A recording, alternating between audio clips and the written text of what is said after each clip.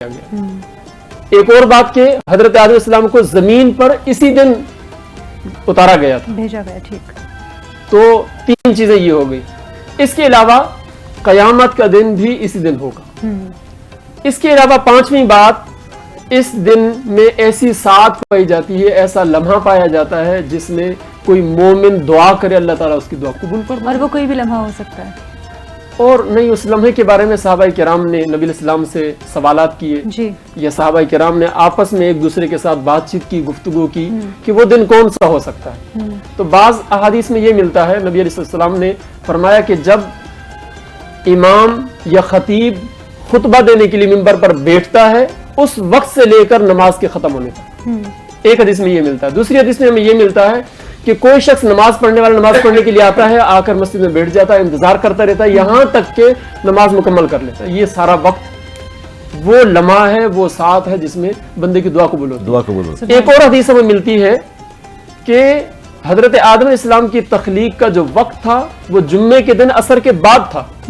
عصر کے بعد سے لے کر مغرب تک، یعنی غروب آفتاب تک۔ تو یہ وہ وقت ہے جس کے اندر بندوں کی دعا قبول ہوتی ہے۔ یعنی اس لمحے کو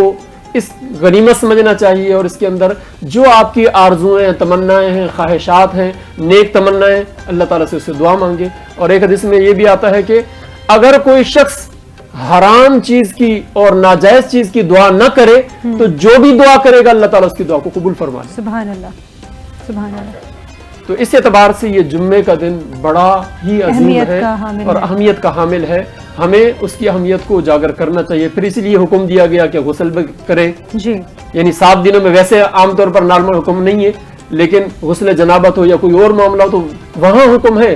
لیکن یہاں خاص طور پر ویسے ہی حکم دے دیا گیا کہ جمعے کے دن آئے تو غسل کریں، یعنی طہارت حاصل کریں، پاک صاف ہو جائیں، لباس بھی نیا زیب تن کریں، یا اگر نیا نہیں ہے تو آپ دھلا ہوا اجلا اور صاف ستھرا لباس پہن کر آئیں، خوشبو بھی لگائیں، اور پھر آ کر آپ پھر وہاں خاص طور پر اللہ تعالیٰ نے قرآن پاک میں جو فرمایا یا ایھا الذین آمنوا اذا نودی للصلاۃ من یوم الجمعۃ فاسعوا الی ذکر اللہ وذروا البیع، یعنی اے ایمان والو جب تمہیں جمعے کے دن جمعے کی نماز کے لیے بلایا جائے تو پھر دوڑ کر آؤ اس کے لیے، وذروا البیع، اور خرید و فروخت، کاروبار، اپنے بزنس چھوڑ دو،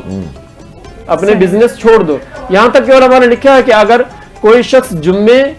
کی وجہ سے جمعہ نہیں پڑھتا اور کاروبار میں لگ جاتا ہے تو اس کا کاروبار حالانکہ وہ جائز بھی کر رہا ہوگا تو وہ ناجائز ہوگا، اس کی کمائی بھی ناجائز ہو جائے گی۔ کیوں؟ کیونکہ اللہ کا حکم تھا کہ اس وقت میں وہ جمعے کے لیے جائے اور نماز پڑھے، اور ادائیگی کے بعد بھلے کر لے کاروبار، یا اس سے پہلے جب اذان کا حکم دیا گیا اذا نودی للصلاۃ،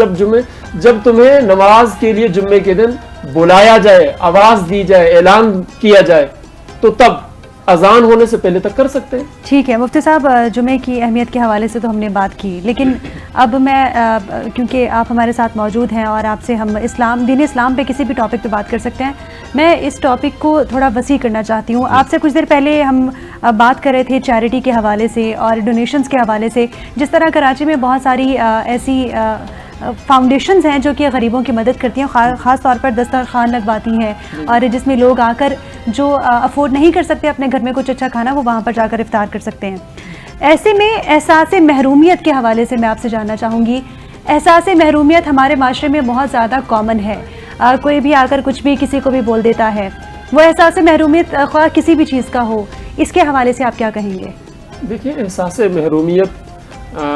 ویسے تو اللہ تعالیٰ نے قرآن پاک میں حکم دیا ہے، حکم دیا ہے کہ تم مایوسی جو ہے نا اس کو چھوڑ دو، لا تقنطوا من رحمت اللہ، اللہ کی رحمت سے مایوس نہ ہو۔ جی، تو پہلی بات تو یہ ہے کہ مسلمان ہیں، ہم مومن ہیں، یہاں ہمیں یہ سوچنا چاہیے کہ اللہ کی رحمت سے مایوس نہیں ہونا چاہیے۔ ہاں، لوگ بعض اوقات کسی چیز پر راضی بھی ہو جاتے ہیں، کسی چیز پر ناراض بھی ہو جاتے ہیں، تو لوگ دے کر تھک بھی جاتے ہیں